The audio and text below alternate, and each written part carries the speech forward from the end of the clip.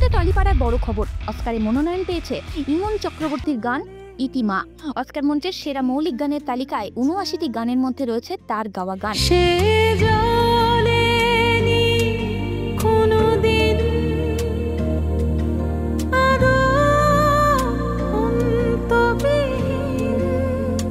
স্ত্রীর এত বড় অ্যাচিভমেন্ট ভীষণ খুশি ইমনের স্বামী নীলাঞ্জন ঘোষ।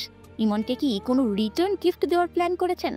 নীলাঞ্জনকে জিজ্ঞাসা করা হলে তিনি বললেন, আমি সবচেয়ে বেশি খুশি হবো এরপর যদি এটা অ্যাকচুয়ালি অ্যাওয়ার্ডটা আসে। ঠিক আছে, মানে আমি জানি যে এটা ইনইটসেলফ এটা একটা বড় প্রাপ্তি যে এটা এই জায়গায় এই গানটা পৌঁছেছে, কিন্তু যখন এতটাই গেছে তাহলে পরের স্টেপটা নয় কেন? ঠিক আছে, এবং তাতে যাই হোক না কেন ইমন তো আর আমার কাছে পাল্টে যাবে না বা কিছু হবে না, মানে ওর জন্য দেওয়ার মতো আমার কি আছে? এটা হচ্ছে সঙ্গীত, ওকে ওর সার্ভিসটার জন্য ওকে ফেরত দিচ্ছে, এভাবে ধরা যায়। মানে গিফটকে সঙ্গীতই দিচ্ছে, মানে ও যে চেষ্টা করেছে যত বছর ধরে যা করেছে সেইটার রিটার্নটা ওকে দিচ্ছে।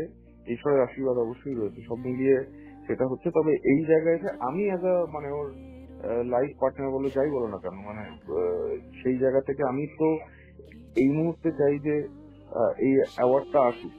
মানে এটা আমি তো চাইবই, সেটা খুব স্বাভাবিক বিষয়, কিন্তু আমার কাছে দুটোই সেম। মানে এখন যে জায়গায় আছে থেকে ওটা পেলে ওটা একদম আমার জন্য একদম ফিল হয়ে যাবে। তারপরে আর কি, মানে ওকে আলাদা করে আমি আর কি দিতে পারি? এটা তো ও বেসিক্যালি আমাদের সবার জন্য একটা মানে অলমোস্ট একটা গৌরবের বিষয় হলো আর কি। মানে এটা আমি আরো বুক ফুটিয়ে বলতে পারবো, ওটাই বলছি, যখন যদি জিনিসটা অ্যাকচুয়ালি হয় তখন এটা সত্যিই এত গৌরবের হবে যে সেইটা ও আমাদের সবাইকে এবং বাঙালিদের সমস্ত শ্রোতা যারা আছে ভারতবর্ষে সবার জন্য যদি এটা হয়, খুব বড় ব্যাপার।